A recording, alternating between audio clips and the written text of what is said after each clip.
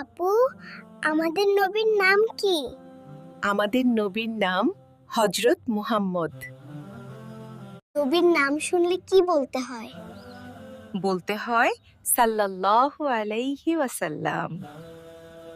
আছে কুরআন কার কিতাব? কুরআন হলো আল্লাহর কিতাব। আমরা কেন নামাজ পড়ি?